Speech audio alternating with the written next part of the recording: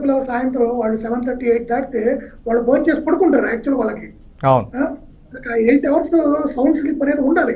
అవును. ఉన్నప్పుడు పొద్దునంతా స్కూల్లో కూర్చొని ఆటలాడి లేదా చదువుకొని అలసిపోయి ఉంటారు.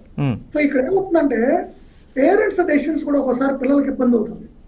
అలానే కంపల్సరీ చదువుకునే పిల్లలు ఎవరైతే అండర్ 16 ఉన్నారో వాళ్ళకి ఇది నిజంగా చాలా మంచి డెసిషన్ అనుకోవాలి. ఎందుకంటే వాళ్ళ పేరెంట్స్ కి చాలా మంచిదండి. ముందు పిల్లలు గొడవ చేసినా కూడా ఇదిగో తీసుకెళ్ళడానికి రూలు పర్మిట్ చేయట్లేదు, నేను టికెట్ కొన్నా కూడా నేను అక్కడ థియేటర్ వాళ్ళు లోపలికి రానియరు, ఇక్కడ కొత్త రూల్ వచ్చింది అని పేరెంట్ కూడా దాన్ని చూపించి వీళ్ళని ముందు డైవర్ట్ చేసి ఆ టైం ఏదన్నా వాళ్ళు ఉంటే వాళ్ళ ఎడ్యుకేషన్ కానివ్వండి, వాళ్ళ రెగ్యులర్ స్కూల్ వర్క్స్ కంప్లీట్ చేసుకోవడానికి వాళ్ళు కేటాయించుకునేటట్టు చేయొచ్చు అండి. ఇది నిజంగా పిల్లలకు మాత్రం 100% ఇది మంచిదండి.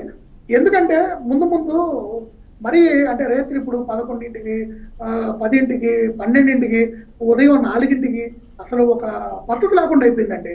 సినిమాని ఒక ఎంటర్టైన్మెంట్ అనుకున్న సినిమాని, వినోదాన్ని పంచే సినిమాని ఈ రోజు పూర్తి స్థాయిలో వ్యాపారం చేశారు. అదొక వ్యాపార సాధనం అయిపోయింది.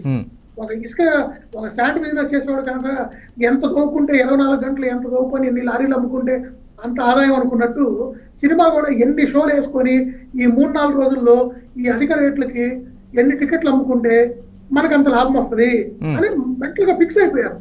దానివల్ల ఈ విపత్తులన్నీ వస్తున్నాయి. ఇప్పటికైనా జరిగినటువంటి ఈ పరిణామాలు దృష్టిలో పెట్టుకొని నిజంగా కోర్టు వారు ఇది మంచి డెసిషన్ తీసుకొని ఒక ఆర్డర్ పాస్ చేశారు. మన గవర్నమెంట్ కూడా దీన్ని ఇమీడియట్ గా ఇంప్లిమెంట్ చేసి భవిష్యత్తులో ఎలాంటి ప్రమాదాలు జరగకుండా నివారించాలని నేను 100% కోరుకుంటున్నాను. నెక్స్ట్ ఇంకోటి, ఇది ఇనిషియల్ గా సినిమా ఇండస్ట్రీలో ఉన్నటువంటి నిర్మాతలకు కానీ, హీరోలకు కానీ, డైరెక్టర్లకు కానీ ఇది కొంత ఇబ్బందికరం కావచ్చు, కానీ లాంగ్ టర్మ్ లో మాత్రం వాళ్ళు కూడా హ్యాపీగా ఫీల్ అవుతారు. ఎందుకంటే నిన్న జరిగిన ఆ ఇన్సిడెంట్ ఒక అల్లు అర్జున్కే కాదండి, టోటల్ ఇండస్ట్రీకి ఎంతో మచ్చ అయింది. సో భవిష్యత్తులో ఇలాంటి వాటిల్లో వాళ్ళు ఇబ్బంది పడకుండా, ప్రజా ఆగ్రహానికి గురి కాకుండా ఉండాలంటే డెఫినెట్ గా కొన్ని కఠిన నిర్ణయాలు తీసుకోవడం కాదు నిర్ణయాన్ని, ఆ నిర్ణయాన్ని ఇంప్లిమెంట్ చేయాలండి ఖచ్చితంగా. అప్పుడే ప్రభుత్వానికి కూడా చెడ్డ పేరు రాకుండా ఉంటుంది. ఇప్పుడు యాక్చువల్ గా మనం జరిగిన ఎపిసోడ్ చూస్తే మొన్న ప్రభుత్వం దగ్గరికి పోయి నిర్మాతలు పర్మిషన్ తెచ్చుకుని ఆ ప్రకారం ఏదైతే ఆ టికెట్లు హై రేట్లు అమ్మారు, ఆ ఎక్స్ట్రా బెనిఫిట్ షోలు ఇవన్నీ వేశారు.